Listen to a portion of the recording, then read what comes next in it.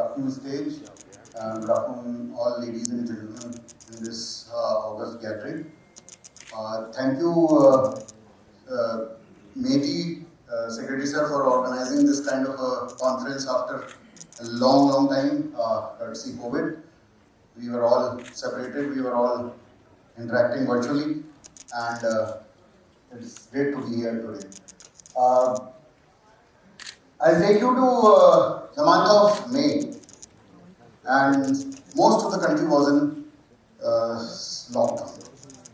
And those times I remember taking a phone call was a scary experience, because being in the service for almost 24 years, you are used to helping people, you are used to getting things done, and those were the times when we were sort of helpless at times.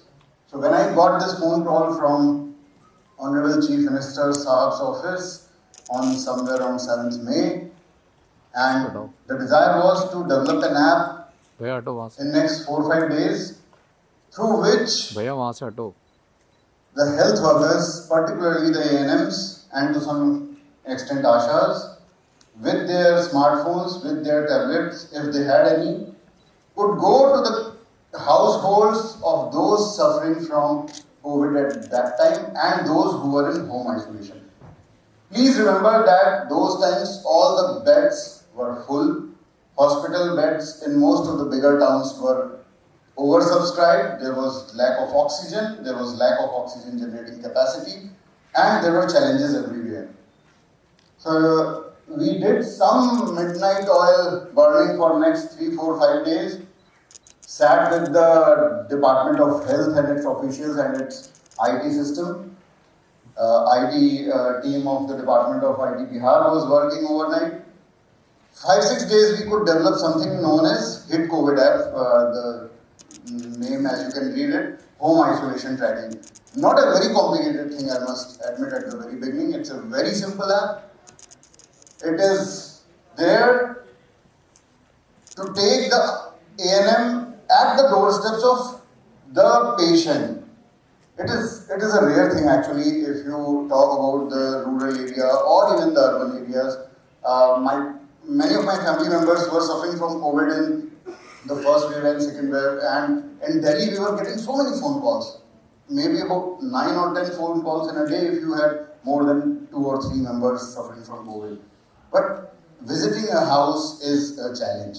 And under the able guidance of our Chief Minister, sir, we actually could visit the houses of not less than 130,000 people in the next 1.5 months or so. And on a daily basis, about 15,000 to 20,000 records were being taken on a very simple app, which I'll take you through. Next slide, please.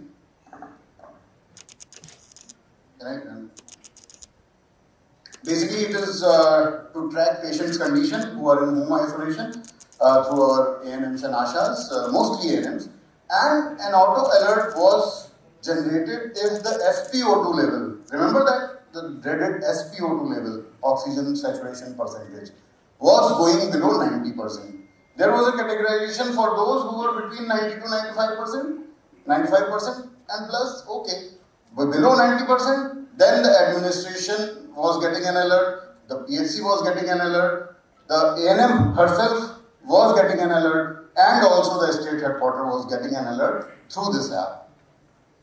And the critical patients, of course, those who were below 90 SpO2, they were being arranged to be brought to the district COVID centers through the means of district magistrate or through the civil surgeon or through whatever means was possible.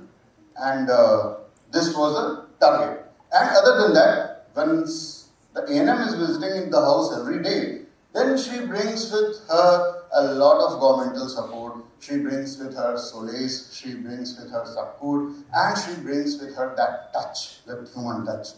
COVID patients के घर पे जाना कठिन बात है, आसानी से नहीं होता. Next slide, please. This was the process flow. We didn't do any data entry in the first place. COVID19.bihar.gov.in was the portal where Health Department was keying in the data from before, and we took data from there. This we arrived at after discussion spanning over 2-3 days. that we will not do any data entry whatsoever. No ANM, they are not so trained, they are not so handy with the mobile devices, smartphones and etc. So they were to do minimal data. So we fetched all the data straight from the COVID-19 portal maintained by the health department, which they had been doing for almost a year then, because COVID, this what we did was in the second wave this year. And then the district health machinery was to tag those data with the ANMs, because the health department had not maintained the data in the first place ANM wise. They had maintained the data district and PHC wise. But below the PHC, there are not less than 10-15 ANMs. So that was the duty of the PHC in this app to tag the patients with the ANMs. And once that tagging was done in the app of the ANMs, the data was coming down by itself. And their job was to go to the house of the person, point out that graded thermometer and take those temperature as also the SpO2 figures through that oxygen saturation meter. So once the parameters were like below 90 saturation, then an alert was generated at 4 levels, as I told you before, and if not, then it was okay. Chalta hai, aage बढ़े. Or then the patient was admitted in the hospital, and once the patient got admitted into the hospital, then this field level thing was coming to a halt. We were not chasing the patient or its, his or her attendance after that. So next slide please. As just talked about, the key stakeholders were the ANMs mostly. And if the ANM was not posted there, there's many vacancies always in governmental systems, there are vacancies. So once ANM was not there, then it was up to the discretion of the PHC in charge, the MOIC, to tag it to any of his workers who was there in the field to operate. Next slide please. Automatic data sync, as I talked about in the beginning, between State Health Society and HitCovid app. It was getting updated on a daily basis.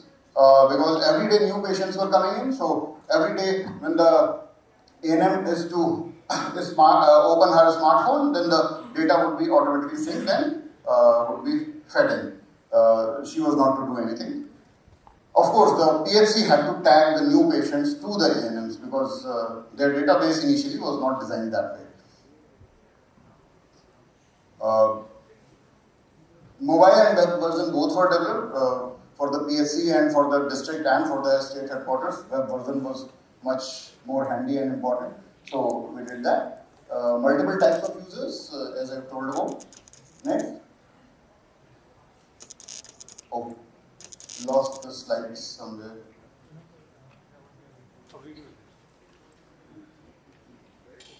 Oh, there is a video on that, sorry.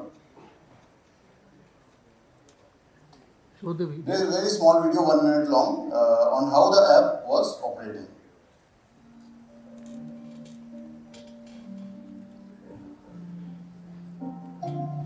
Every ANM was assigned a user ID, a unique user ID which was communicated to them, and password of course. They had to download the app from our website. It was available on the COVID-19 portal also.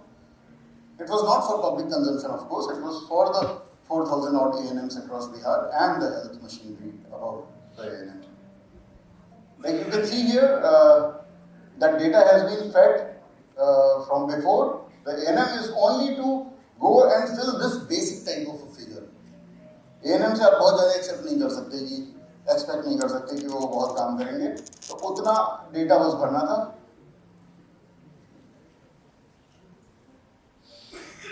और उसको confirm करना था.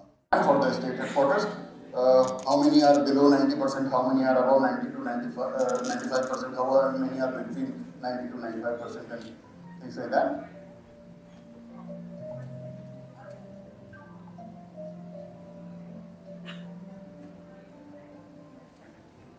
Like for the district of Aurangabad, for the block of Madanpur, this is the data for one particular ANM and her dashboard.